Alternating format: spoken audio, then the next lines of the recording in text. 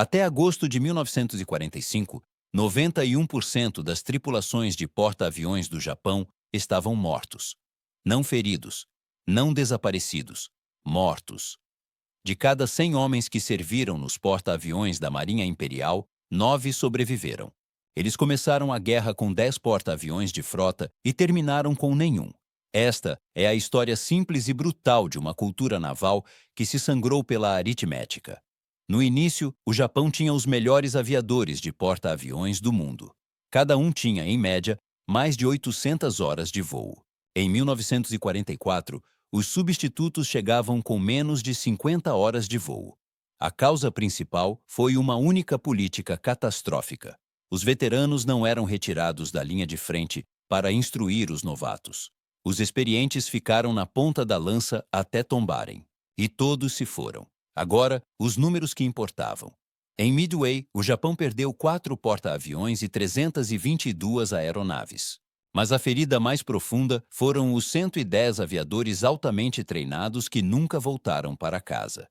Homens cujo treinamento levou anos. O Japão conseguia formar cerca de 200 novos pilotos por mês. Os Estados Unidos formavam cerca de 2.500. O resultado já estava decidido muito antes de muitos perceberem. Os próprios navios multiplicavam o risco. A doutrina japonesa dizia na prática que o espírito de luta compensaria as deficiências de material.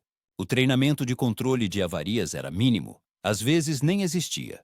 Os porta-aviões americanos treinavam as tripulações em escolas rigorosas de combate a incêndio.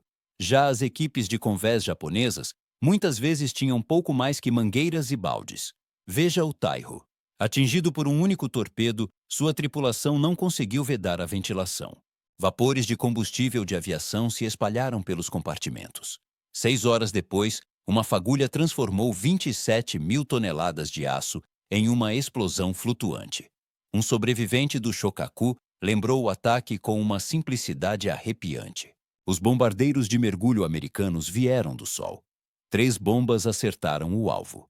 20 minutos depois, o navio estava fora de combate. Cerca de 1.360 homens morreram. O próprio mar ardia. Marinheiros que conseguiram pular pela borda pereceram nas chamas. Outro fator pouco notado era como os porta-aviões eram abarrotados de aviões.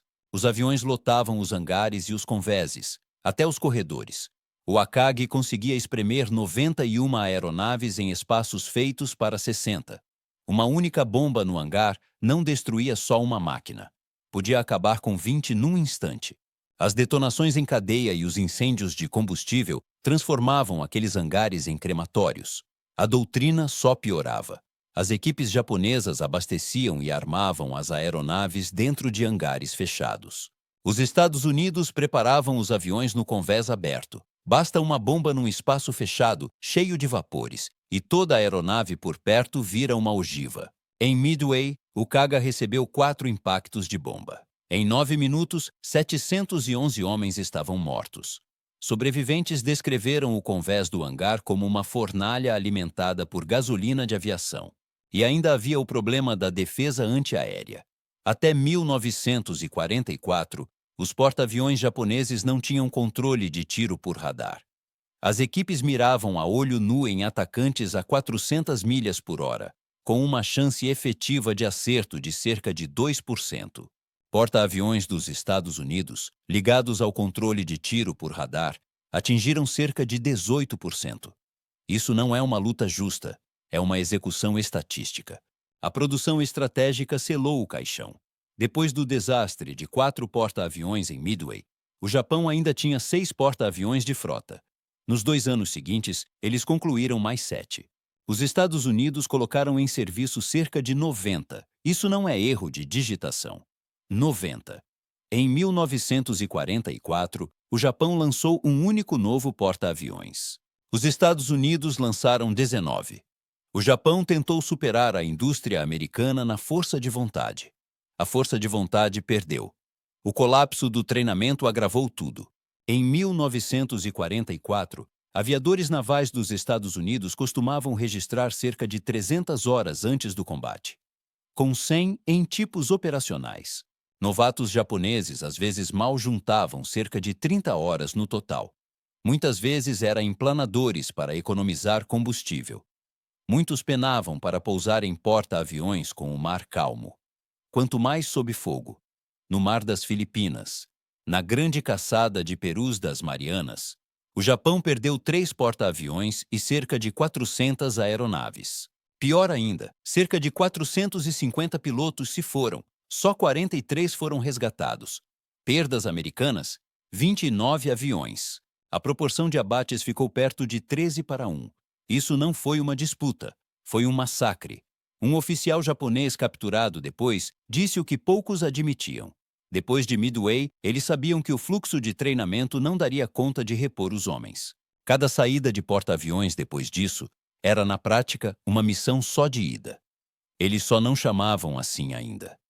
Considere o Shinano, o maior porta-aviões que já foi ao mar, com cerca de 72 mil toneladas, afundou na primeira viagem após 4 torpedos de um único submarino. Cerca de 1.435 homens morreram. A tripulação não conhecia os próprios sistemas de controle de avarias. As portas estanques não foram fechadas. O orgulho da Marinha afundou sob as ondas. Ninguém tinha ensinado o básico para mantê-lo à tona. Em 1945, os novos porta-aviões do Japão eram couraçados e transatlânticos convertidos. Muitas vezes, os pilotos não conseguiam pousar de volta a bordo. Esses convéses viraram pistas de lançamento só de ida para missões kamikaze. A missão das tripulações era alcançar a distância de lançamento e aceitar a aniquilação. Sobreviver não estava nas ordens. O último porta-aviões japonês ainda flutuando, o Amade, foi destruído enquanto estava ancorado pelo poder aéreo americano. A tripulação ficou a bordo. Esperou por aviões que nunca chegariam, por aviadores que já não existiam, para lutar uma guerra já decidida. Eis o saldo sombrio. O Japão começou com cerca de 3.500 pilotos de porta-aviões treinados. No final, restaram apenas 112. Aquelas naves que remodelaram a guerra naval tornaram-se sarcófagos de aço para cerca de 25 mil marinheiros. Eles acreditavam que o fervor podia vencer a aritmética. A Força Aeronaval não apenas perdeu, ela cometeu sepulcro industrial, levando 91% do seu pessoal.